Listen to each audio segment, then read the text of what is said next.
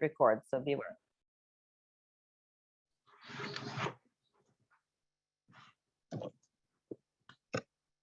All right, we've just opened the door to our Zoom room. If you are here for today's webinar, Legalized Discrimination, How Israel's Citizenship and Entry Law Harms Palestinian Families, please stay tuned. You're in the right place. We're just going to give this 30 seconds for people to join us in our Zoom room. Thank you for joining us. Again, if you're here for the Foundation for Middle East Peace webinar, Legalized Discrimination, about Israel's citizenship and entry law, you're in the right place. We are now, all right. So I think we've got enough people who've joined us in the room. Anyone who comes late will miss some of the introductions, and they can catch that on the video or by downloading the podcast. So hello and welcome. I'm Lara Friedman. I'm the president of the Foundation for Middle East Peace, and I am very happy to welcome you today to our webinar entitled Legalized Discrimination, How Israel's Citizenship and Entry Law Harms Palestinian Families by Design. We are very proud to co-host today's webinar together with Adalah, the Legal Center for Arab Minority Rights in Israel, an organization which we are proud to partner with and proud to be a funder of. Some housekeeping before we get started. First of all, the format today, as always, is a discussion between myself and the panelists. We're going to end at 12 p.m. Eastern promptly because at least one of our panelists needs to get to iftar. If you have questions, please put them in the Q&A box, which I will be keeping an eye on. Don't put them in the chat box. I won't notice that. The event is being recorded and live streamed on Facebook. Greetings to everyone who's watching on Facebook, and it will be posted after the fact as a podcast and as a video for people to refer to. And there will be resources put into the chat box during the webinar by my colleague Sarah Ann Minkin. Those will be available online with the recording. So again, if you have any sort of admin stuff, if you're having technical issues, put those in the chat box so Sarah Ann can look at that, but don't use the chat box again for your questions. And finally, for accessibility, we have enabled closed captioning. So if you prefer or need to use that function, that is available. All right, we're going to get right into this. So as just quick background, last month, as I think most people who are on this webinar know, the Israeli Knesset passed a new version of Israel's infamous, I'm putting this in quotes, Citizenship and Entry into Israel law, unquote. So this law denies to Palestinian citizens of Israel a fundamental right that Israel's Jewish citizens take for granted. And let's be clear, citizens around the world take this for granted, and I would say hold it dear, which is the right to make your life with your chosen partner or spouse in the country where you hold citizenship and make your home. This legislation first was adopted by the Knesset in 2003 as a quote unquote temporary measure, ostensibly for quote unquote security reasons. But after that, it was renewed repeatedly over and over and over for 20 years, most recently in March 2022. And the renewed law, which is actually not a renewed law, it's a different law, includes explicit provisions referring to the quote unquote demographic purpose of the law, which is something critics always said was the real purpose. And it has led Adalah to label this law, and I'm quoting, one of the most racist and discriminatory laws in the world. So we're happy to be joined today by three esteemed panelists. We're very honored. First of all, we have member of Knesset Aida Touma-Sliman, who has fought against this law since its first passage. Thank you for joining us, Aida. We have Dr. Morad El Sana, who was among the first petitioners against this law when his family was directly impacted by it. Thank you, Dr. El Sana. And we have Dr. Hassan Jabareen, who leads Adalah's challenges against this law at the Israeli Supreme Court. Thank you, Hassan, for joining us today. You can find the full bios of all three of our guests on the website, and links have just been put into the chat box, I believe. So round one, we're going to start with Hassan. Hassan, briefly, tell us about this law. What is it? What and whom does it regulate? How does this law, the law that was just passed, which is not any longer a temporary law, how does it differ from the 2003 version? Yeah, hi to everybody and greeting from Haifa. This law, as you say, Lara, the origin of this law was in 2003. And then Israel argued before the court that this is a temporary law. And the reason for this law is security reason, because the second intifada, in order to prohibit Palestinians to enter Israel for security reasons. Now, this law, of course, banned family unification when of the Palestinian citizen and Palestinian resident of Jerusalem when one of the partner, the spouse, resident of West Bank, Gaza, or state that define enemy state, Lebanon, Syria, Iraq, Iran. That's mean if I want to marry a woman from Ramallah, we cannot live together in Israel. If one of our kids was born in Ramallah, so we cannot live together with our kids inside Israel. The same applies to the people in Jerusalem. And in fact, the people of Jerusalem, their case much harder because their life is so connected with the West Bank, their social life, economic life. So the same apply to them. And then we argue that there is no any state in the world that ban its citizens to have family unification only based on ethnic affiliation. And the argument was that this law is temporary for security reason. And as you said, it was extended year after year after year. And the last version now make it clear that the reason of this law and the purpose of this law to protect Israel as a Jewish state, meaning that the reason is demographic reason. This is what we argue then, and the majority of the justices of the Supreme Court didn't accept it. Now, why we label this law one of the racist laws in the world? Because even in the 20th century, when South Africa during the apartheid tried to regulate such a regulation, to prohibit family life, family unification between Black families when one of the spouses live in Urbanian area, an area that dominated by whites, the court in South Africa canceled that, and they said or decided that the apartheid has never intended to damage the family life of the Blacks. But here we know Israel, based on the Jewish nation state law, also emphasized that this is state for the Jewish people, and the only people who can exercise their right of self-determination in Israel is the Jewish people. And the nation state law emphasized that the right for immigration is also only for Jewish persons, and the law of the return of Israel say that clearly. So now we have a situation that if you are citizen of the state, you are Palestinian citizen, you won't have the fundamental rights to live with your spouse inside Israel.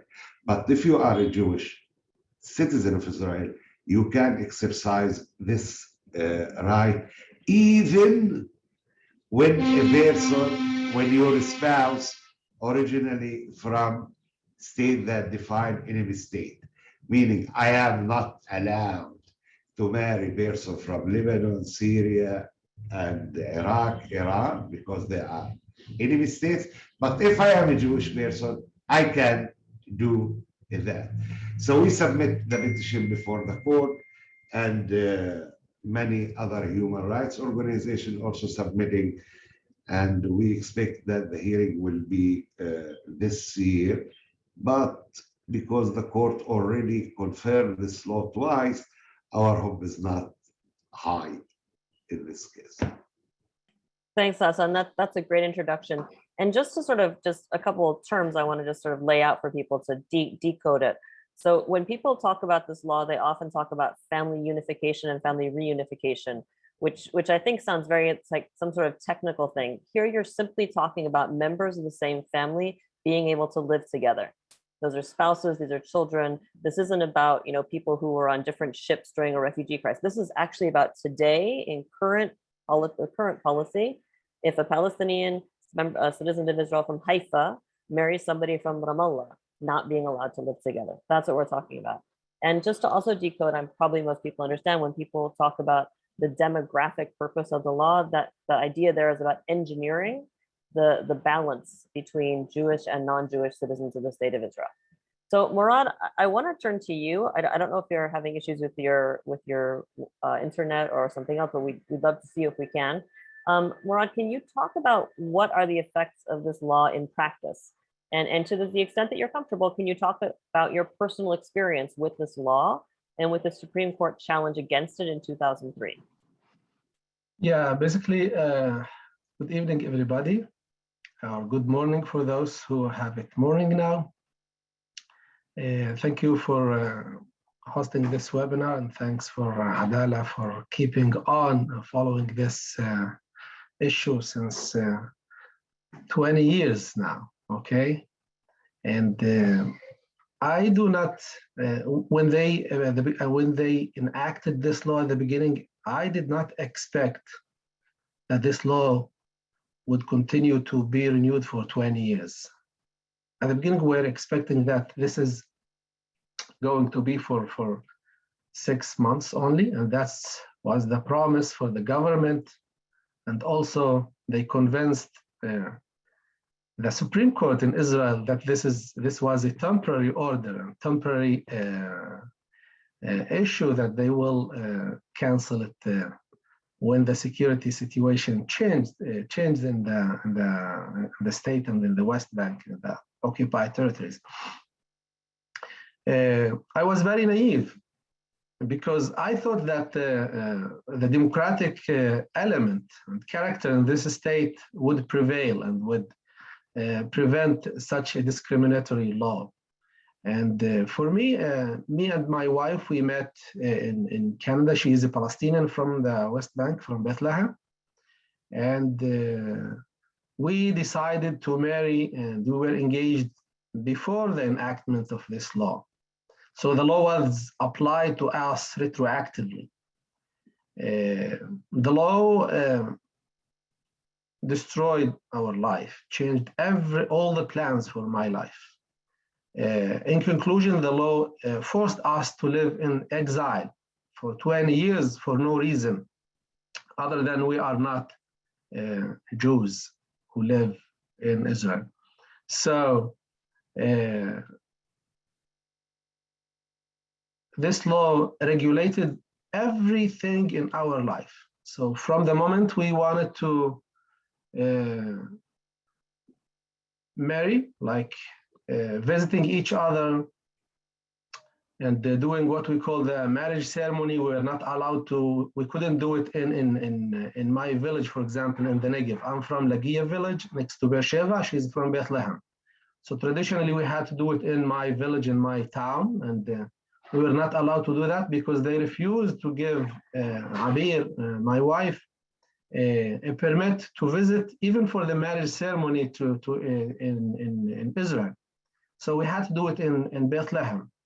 The guests were not allowed to come into the ceremony because Bethlehem was under siege in 2002, and it was very hard for many of them to come to the wedding ceremony. But that was only the beginning of the hardships that we started to practice. Then after the marriage, we tried to apply for a family unification according to the law in order to allow Abir to come to live with me. So in order just to submit the application in the Ministry of Interior, you had to make an appointment. In order to do that appointment, you have to call a phone that does not answer for anybody.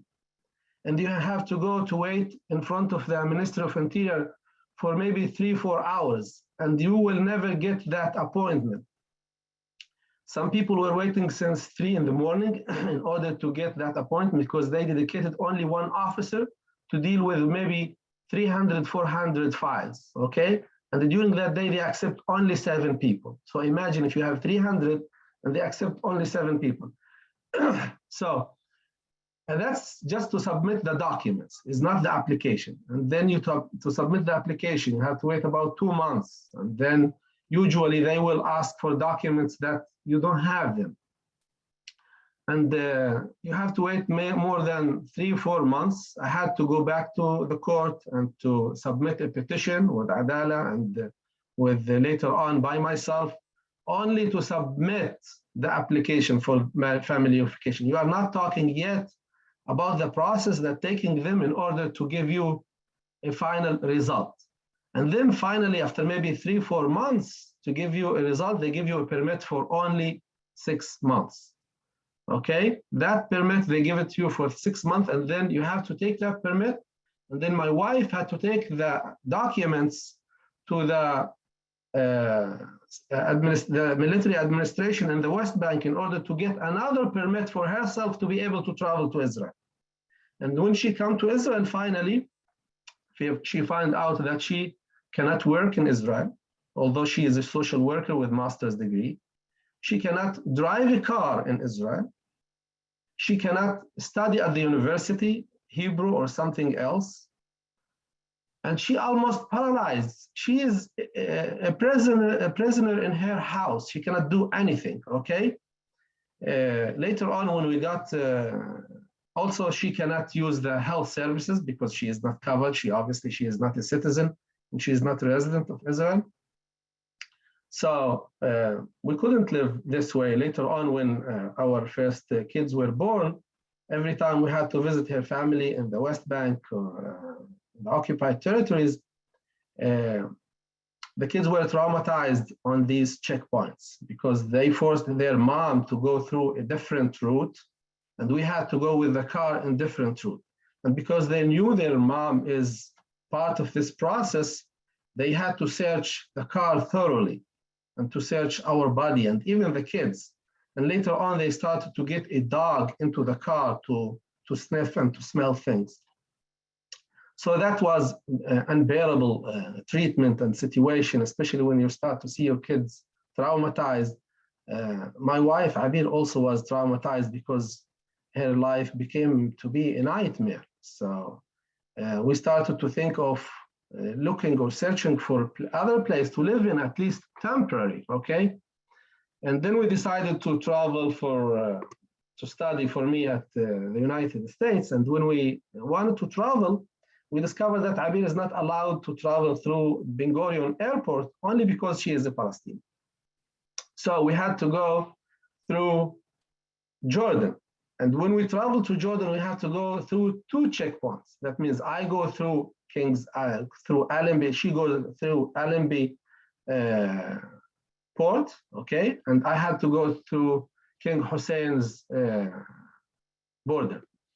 And just to be clear, these are miles apart from each other. These are in different parts of the border. 4 hours driving difference, 4 hours, okay? And then we had to go to Jordan to rent a hotel, to wait for our flight and to fly from Jordan. And when we come back, the same thing. We are not allowed to come back to Ben Gurion Airport only because Abir is a Palestinian, okay? And this forced separation from the mom and the kids. They were only 6 months old and some of them 1.5 years. So that was a nightmare. In the long run, we're discovering that this was nothing compared to what we are practicing now. That means we are living in exile. That means we left our homeland. We left our home. I left my career, okay, successful career. I used to work as a lawyer and as a lawyer at staff attorney with Adalah. Later on, I was the director of Adalah office in the Negev. And you lose everything, but especially you lose your homeland, you lose your society, your community. Almost everything in your life is destroyed because of this law.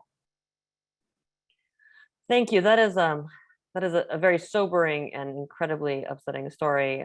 I'm sorry for what you and your family have been through, and I'm more honored that you would share that with us. Aida, I want to come to you and ask you to also talk about some of the examples of how this works in practice for human beings. I mean, it's one thing to talk about a policy.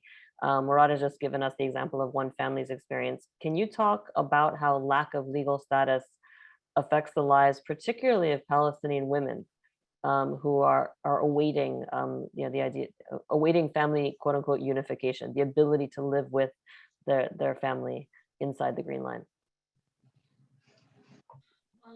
Thank you, Lara. Thank you for this webinar. I've been, I have to say that since I got to the Knesset, of course, I was opposing all the time the slope, but since I got to the Knesset and was elected to be chairing the Committee on Status of Women and Gender Equality, I conducted a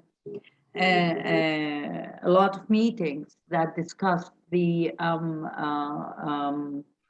difficulties and the obstacles that women who has no status, that's how they call them in Israel. They, of course, in my opinion, they have a status, they are Palestinian, they should have a status as citizens in Israel because they are married to Palestinians who are citizens of Israel, but this is how the terminology in Israel.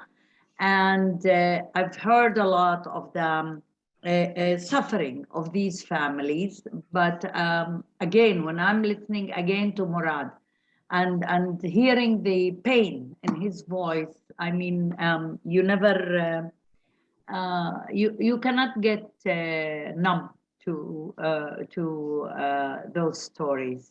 It's again makes you angry and makes you feel like there is no way that Israel can continue to do this if it wasn't enjoying from an international impunity for all this discrimination and for all of these actions that are, in my opinion, pure racist apartheid actions. I've been dealing with a lot of stories of women. I think that women and men are suffering in this equation. The pain was coming from Murad's words, although he is a citizen and his wife who is denied the right. But after all, we are talking here about a family life that is meant to be destroyed, meant to be avoided. Although the part of the equation or the spouse who is not citizen of Israel is suffering more because a lot of his very essential rights are taken from him. If he is a man or if he is a woman, a Palestinian man who is married to a Palestinian woman, citizen of Israel, is becoming helpless person. You can see that this man is not able to live with his family. Many times he is not able to provide his family, which is part of the, gender rules. It doesn't mean that I have to accept these rules or but this is the reality in the society. The men are feeling suddenly that they become helpless, not able to support their families, not able to defend their families, and they have to go through tests with their children in order to prove that these children are his. I mean, the Israeli government or Ministry of Interior asked children to be tested by DNA in order, if the woman want to register them, to be sure that the children are his children. So this is one. These are issues beyond, the freedom of movement, beyond the issue of employment, beyond the issue of health care. It's much deeper. It goes into levels of the identity itself, as a human being, as a Palestinian, as a man, as a woman. As to the women from both sides, they are suffering. If she is a citizen of Israel married to a Palestinian from the West Bank who is denied the right to be with his family, unifying with his family, suddenly she is in a situation where she is as if married, but not really married. She is like a single mother, and she has to take care of the family. She is denied the rights of a single parent or a single mother from the authorities because your husband is there. He is still alive. He is in the West Bank, but he is alive. And at the same time, she is acting actually as a single mother because he cannot work, he cannot drive, he cannot act as a husband. And if she is from the other side, from the Palestinian, if she is the one who is denied citizenship or many times residency even inside Israel, there are many cases because like Morad said, when he got married, it was before the law, but the law came and acted retroactive. So there are people who already are living inside Israel without the real authorization to live. So they are underground. They are living underground. They are not able to move. She is captured literally inside the village or inside the house, because if in any of her movements, a police will tackle her, will immediately take her and just drop her on the other side of the green line.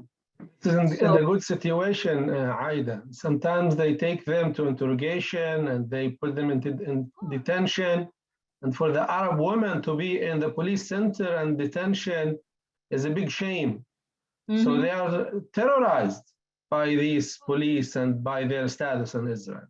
I have to say that there were cases that I dealt with that women came to deliver babies, especially in the Negev, in Soroka hospital. They delivered their babies and the police, few hours later, came, picked her up from the hospital with the baby, drove her to the next checkpoint, just put her there after delivering a baby in few hours. So they are not able, these women, they are not able to drive, they are not able to move, they are not able, even, you know, if she is,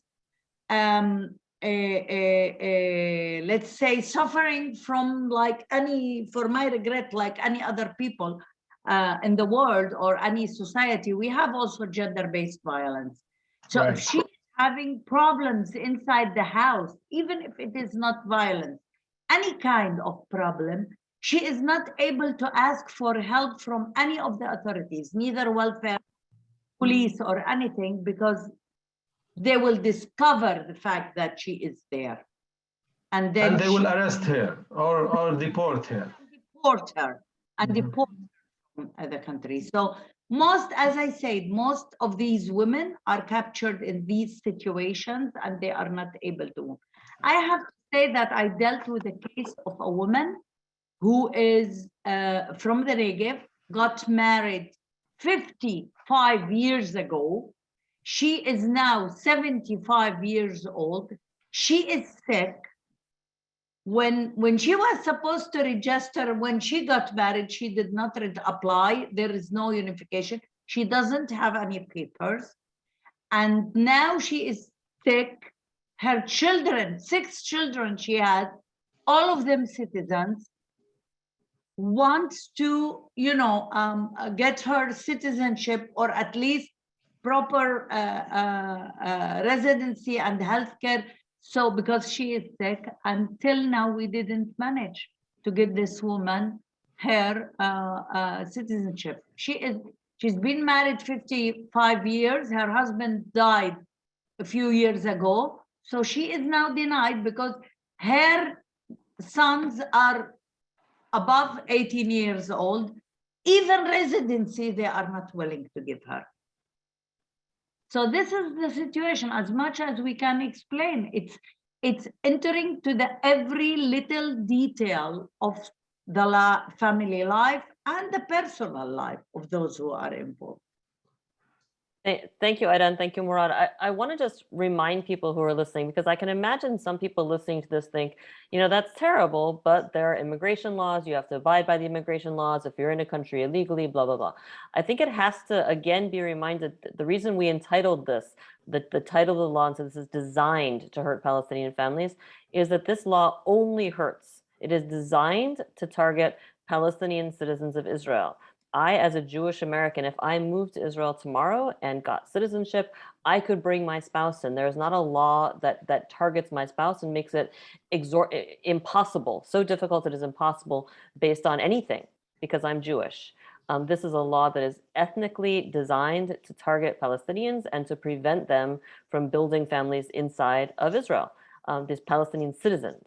So I think it's really important to remind people when we talk when it's this is not comparable to the general immigration questions you have in other countries. Lara, if I may Yes. say only one thing. I have to say I usually use this example. My daughter is married to a Dutch from Holland citizen, totally European, no Palestinian roots or anything. There was no problem to get him residency, and if he wanted, he didn't want because he will lose his citizenship in his country, he could have now citizenship in Israel. But he is from Holland, but a Palestinian who lives 1 hour away from her, if she would have fallen in love with such Palestinian, she wouldn't have this privilege. Yeah, that's a really powerful example. So Morad, I want to come back to you, and I want to try to move a little bit faster because we have a lot we want to cover. But this temporary law, which was passed over and over, as we said, for 20 years, there was a 9-month window from July 2021 to March 2022 when it actually had expired and hadn't been renewed. And I think there was some hope that that was the beginning of the end of this law. And at the very least, until the Knesset got through its fight about what to do next, there would be a window to regularize the status of a lot of Palestinians who had been caught in the web of this law for so many years. Can you talk about what actually happened during this period? According to my humble knowledge, nothing. I talked to my lawyer and I told him there's a window, and he said that the Ministry of Interior is giving instructions that saying they continue to treat the cases according to the previous rules, and there's no real changes during this time, and you cannot apply for a residency or citizenship for your spouse, and that's the answer many people got there. So this window, no much things were done there.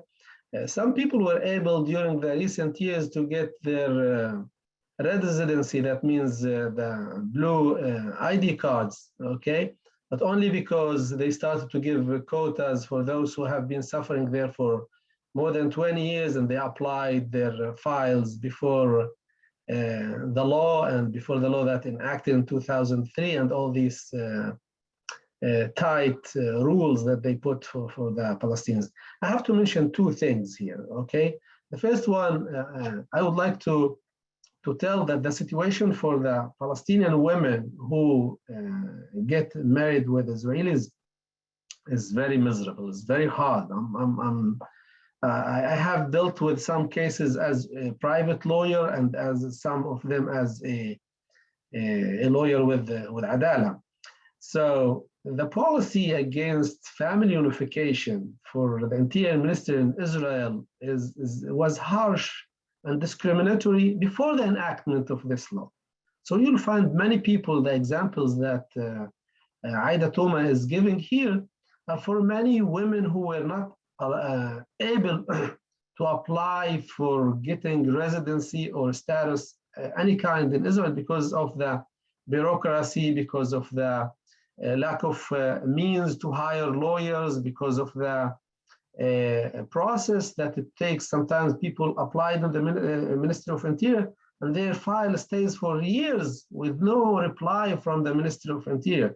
And people go to ask about their cases and they will give them no replies, no answers. So these people stay there, especially women, because first of all, they don't speak the language.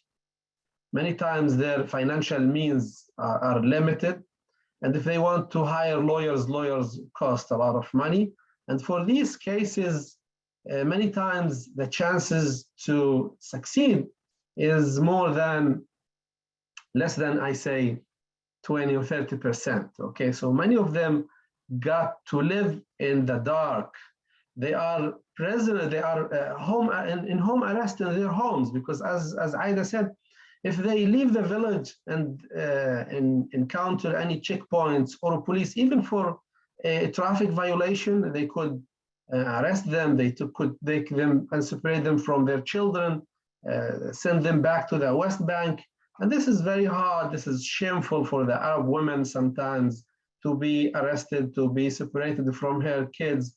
And many times, as Aida said, we have also a domestic violence issue. These women are not able to go to report and to get any kind of assistance. So they live in this kind of life that it's very hard, very miserable, very terrorized from the authorities, from their families, from the culture, from so many issues. The other thing that I wanted to mention, that people who get into the web of this cunning role, the cunning law, it's not only their life changes, but their view about the things changes. For me, I'm not the person who was before 20 years, okay? We know that this law is based on ideology. This law based on ideology that pushes Knesset members and the officers in the governmental offices, and including even justices, not only in the magistrate or regional courts, but also in the Supreme Courts. I say that the Supreme Court justices allowed the court to deceive them. They knew that this is not a security reasoned law. That means the security reasons were not the main reasons behind this law, but the demographic one. And as Hassan said, Adalah, and we argued at the beginning that this is not a law that came to protect security in the state of Israel, but this law that came based on demographic issue, that based on the Zionist discriminatory ideology and way of thinking, that they don't want the demography in the state of Israel to change. They believe that if the Palestinians in Israel marry with Palestinian women from the occupied territories and bring them here, they could change the demographic balance in the state, which is also a fake argument, okay? Because if the number here is very low, it's only 30,000 families who have been doing this for more than 20 years. And the Supreme Court justices allowed themselves to be deceived by the general attorney lawyers and by the state lawyers, and to argue that this is a security law for more than 16 years. And as Hassan said later on, the state itself admitted that this is not a security law. This is a demographic law, which is also shed light on the depth of the discrimination against the Arab Palestinians in Israel. This depth of discrimination is, as mentioned, related to the ideology, to the historical roots of the state as a colonial state that came in to replace the Palestinians, to evict them from their homes, and to bring Jewish or Western settlers instead of this population. And this is the real issue, and this is the problem with this law and many other laws that have been enacted around this one in recent years, especially after the Second Intifada. Thank you, Morad. And I want to build on that. Coming back to you, Aida, and Hassan, get ready. I'm coming to you next. So building on this idea, so Morad mentioned the nation state law. So let's go back. In 2003, when this law was passed as a temporary measure, the argument that was used broadly, certainly with the international community, was this is just security, it's not racism, blah, blah, blah. At the same time, then Prime Minister Ariel Sharon was pretty clear, and he said, and I'm quoting, "There's no need to hide behind security arguments. There's a need for the existence of a Jewish state." So, even then there was this kind of balancing these two arguments, depending who you were talking to. I want to ask you how that debate has shifted, or the language, the narratives in Israel have shifted over time, if they have, particularly since we've had the nation state law, where you actually have a shift in the entire narrative inside Israel to more openly embrace the idea that preserving a Jewish majority, preserving this demographic balance, and it's a balance that, to use my friend Danny Seideman's language, that sees the birth of every Jewish child as a mitzvah and the birth of every Palestinian child as a demographic threat. Can you talk about how that has evolved in the public narrative and indeed in the Knesset's narrative? Yes, well, Lara, I think that we have seen this time, especially in this, through this time when it was, the law was again brought to the Knesset, we heard for the first time very clear different discourse around it. Even if in the past there were like the statements made by either Sharon or some of other politicians, very quietly, very low profile statements that yes, there is also the demographic issue in it. They kept it away from the public. They did not announce it very clearly because it's also when it comes to the Supreme Court, and Hassan can explain that better than I am, if the whole discourse is demographic, it will be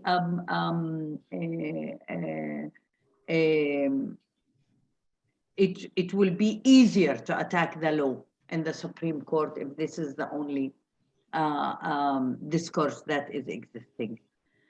On the other hand, I think that what happened, and you can take example of two big statements, but through the discussions in the Knesset, it was very clear.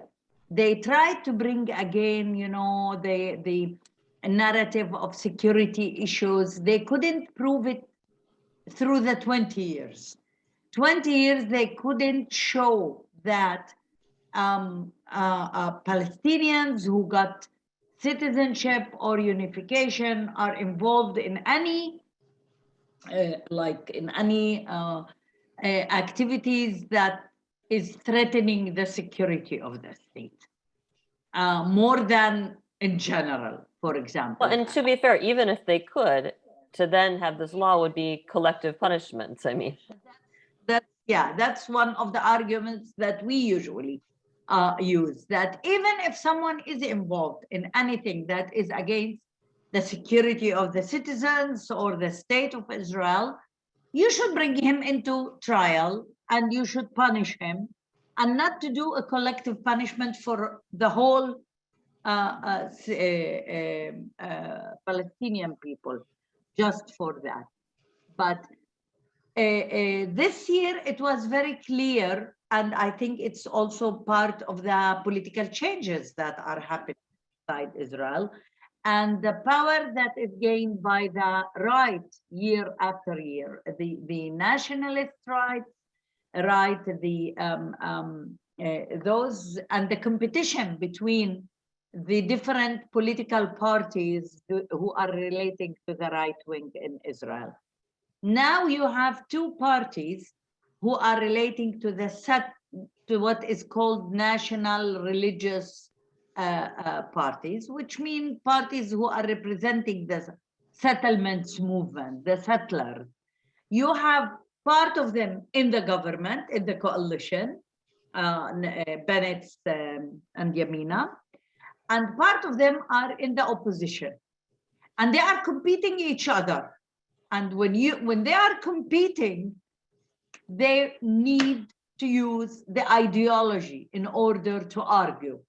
And that's why it's revealed in a better way the narrative or the discourse that they kept aside or kept it low profile for many years in more clever way by the Likud, let's say, or other parties.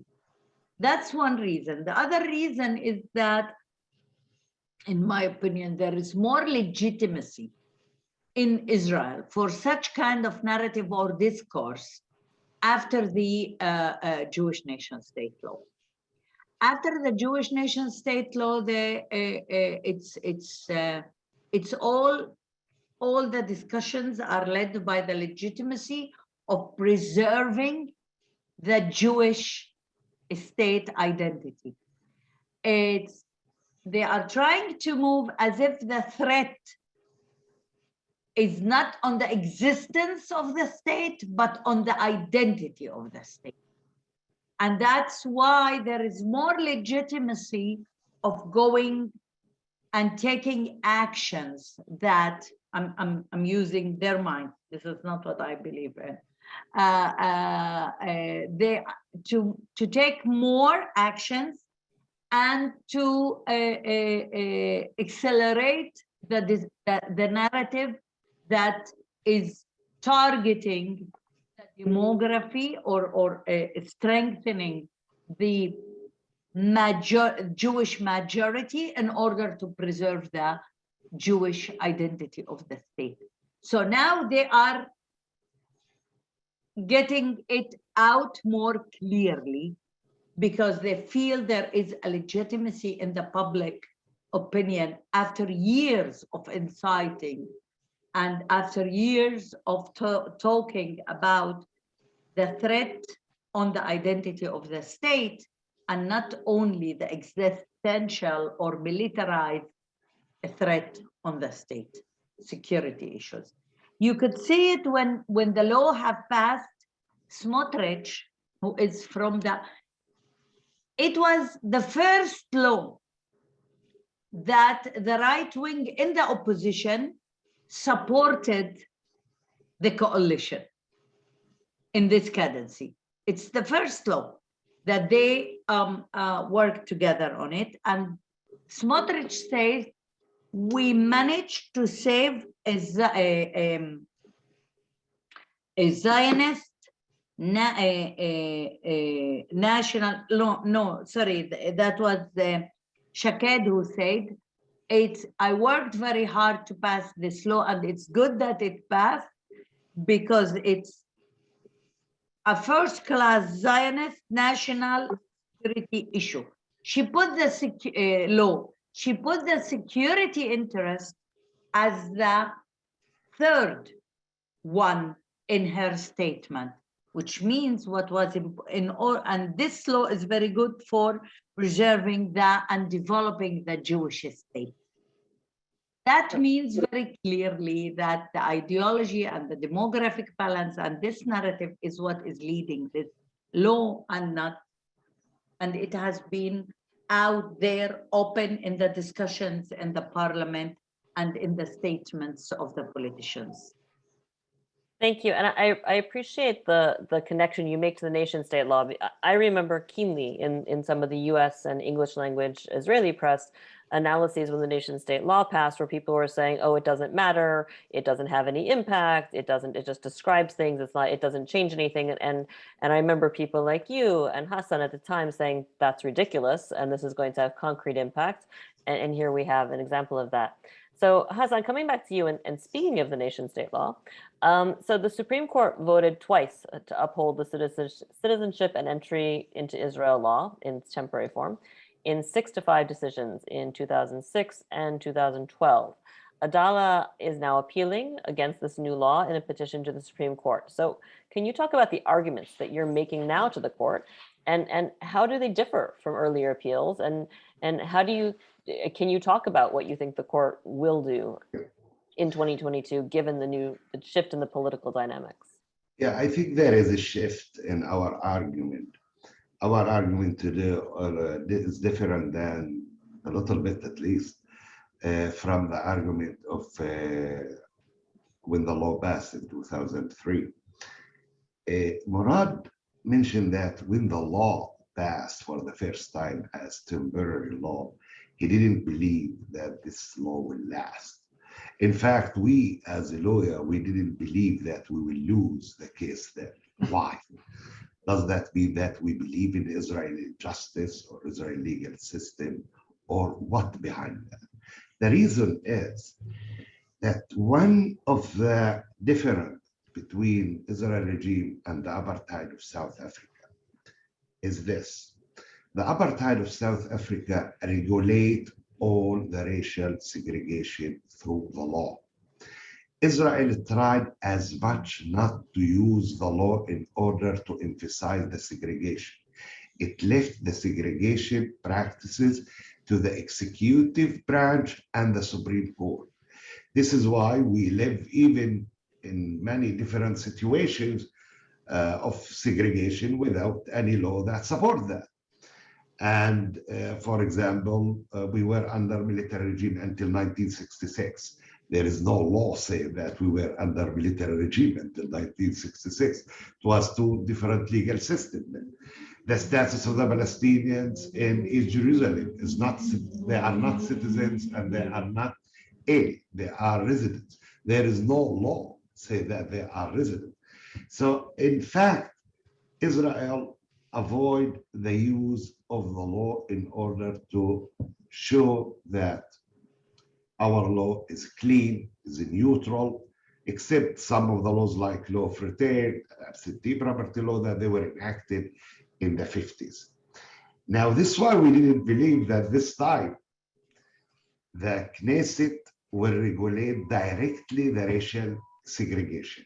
And this is why the Supreme Court was split, half against the law and half with the law, because they didn't want to have racial segregation inside the law, the written, and to show that it's apartheid. Doesn't mean that the situation before the enacting of the law was better.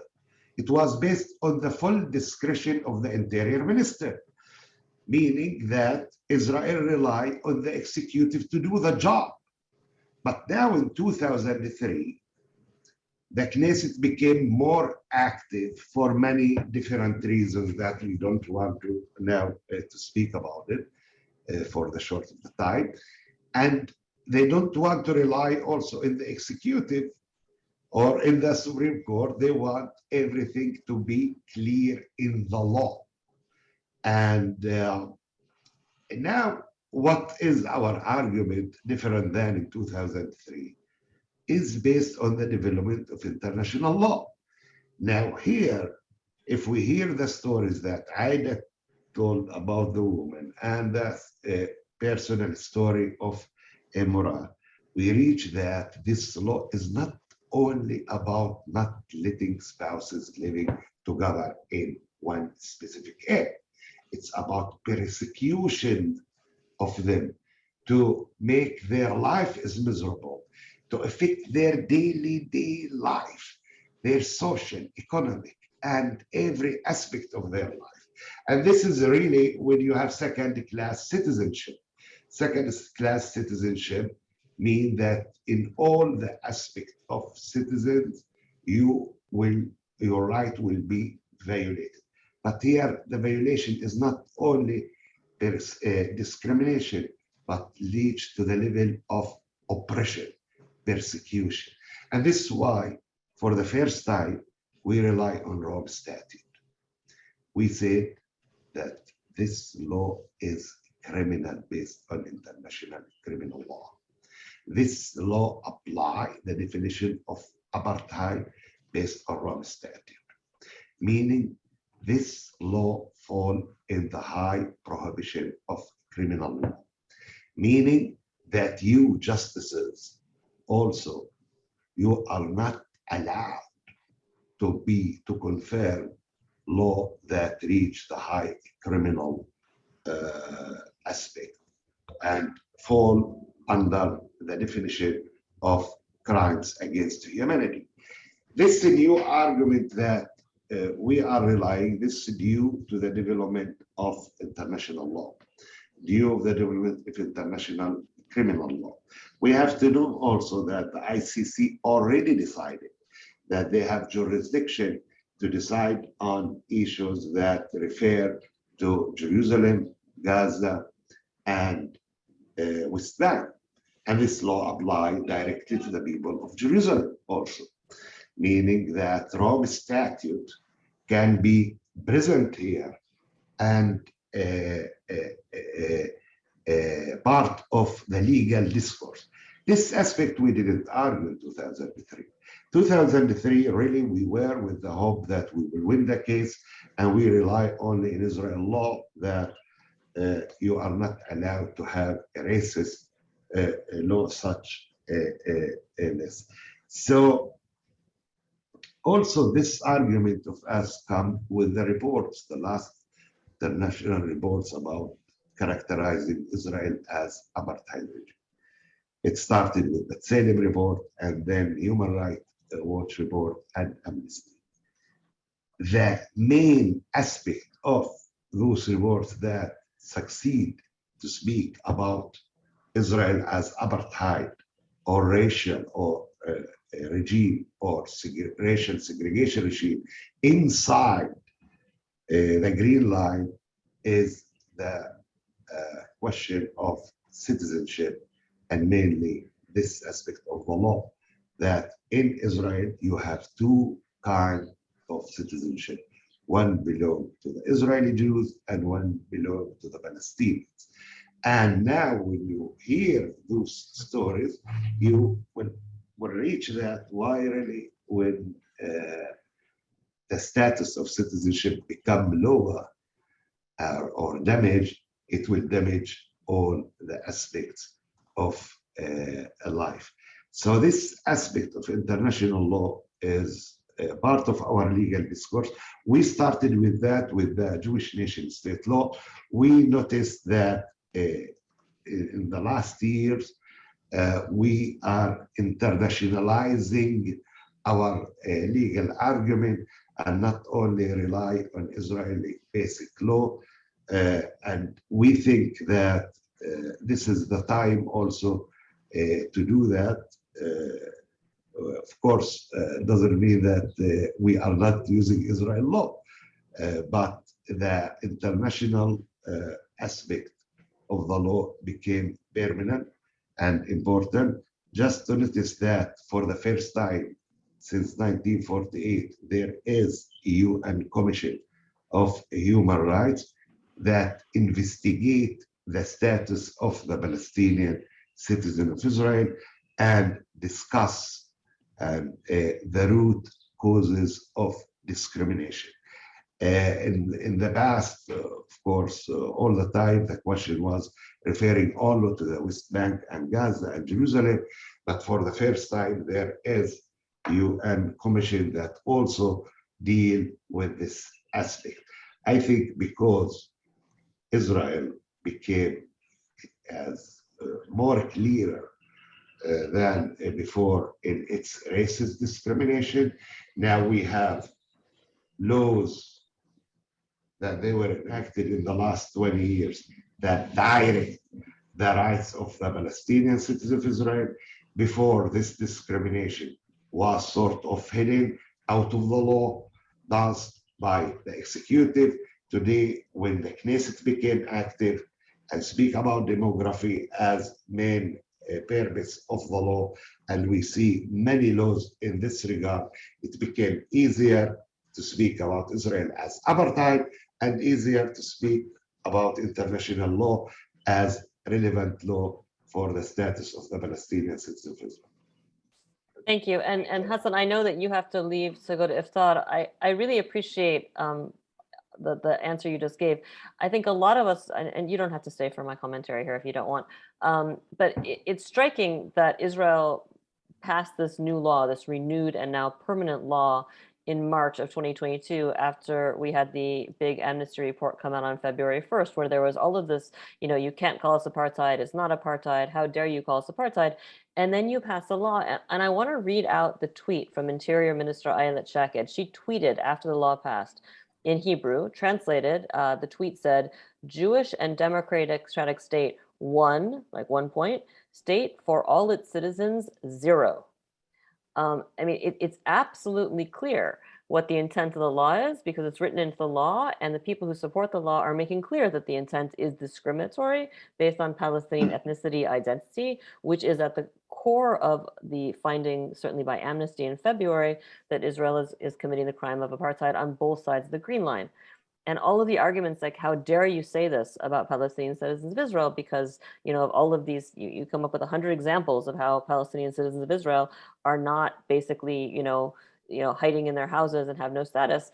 This is the demonstration of exactly what that is. So I appreciate that very much. We are basically out of time. Morad, I want to come to you really for the last word. And you've talked about how this is directly shaped and impacted your life, the life of your family.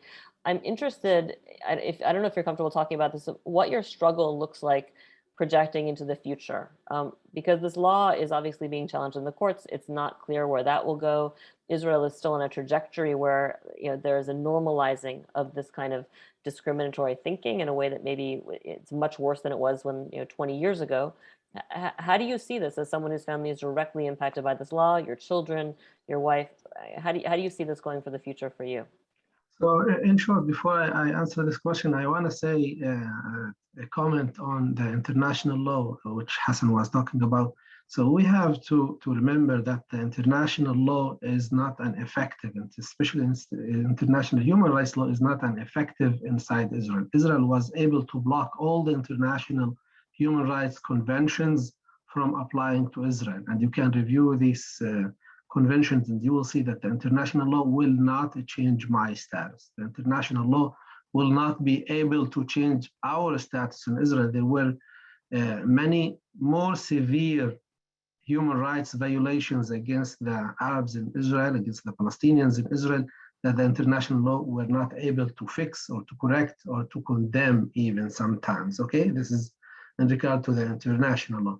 But in regard to the status of me and my family, frankly, to tell you the truth, it's like the status of many of the Palestinians who were evicted from their houses in 1948 and were doomed to exile in their life with their families and with their parents. Many of them, like Professor Edward Said, left his home in Jerusalem and he was not able to go back even to visit in this house. Many Palestinians live in Jordan, in Lebanon, in the United States, in Europe, while their houses in Haifa, in Yafa, in Beersheba, in Jerusalem, and they cannot go back, okay? For me, it's not exactly similar situation, but my life is taking different route. That means now we have the kids in the American educational system. Now they will go to the universities here. And my main concern that it will be very hard for us to return, even if the situation changes, because the center of our life shifted from there to here. That's the concern of every Palestinian who live in the exile for a long time. It will be very hard for them to go back. I'm trying my best to keep in contact with my home, with my homeland, with my friends, with my people there, in order not to fall into this black hole and to stay tuned to return the moment we can go back to our home. Thank you. And listening to you, I recall something that I've come to understand from my Palestinian friends and colleagues, which is that for Palestinians, the Nakba is not a moment in time. It is an ongoing process, and that applies, and we're hearing right here, we're understanding the way that applies even to Palestinian citizens of Israel who enjoy citizenship and have been able to remain in their homes. So we're going to have to end this here. Thank you so much, Aida, Hassan, Morad, for talking with us today. Thank you to everyone who joined us or listened to the event. We're glad to share this conversation with you. I tried to weave your questions in to the extent that I could. We will share all of the questions with the panelists so they will understand the thinking out there and hopefully can respond to that in their own speaking and writing.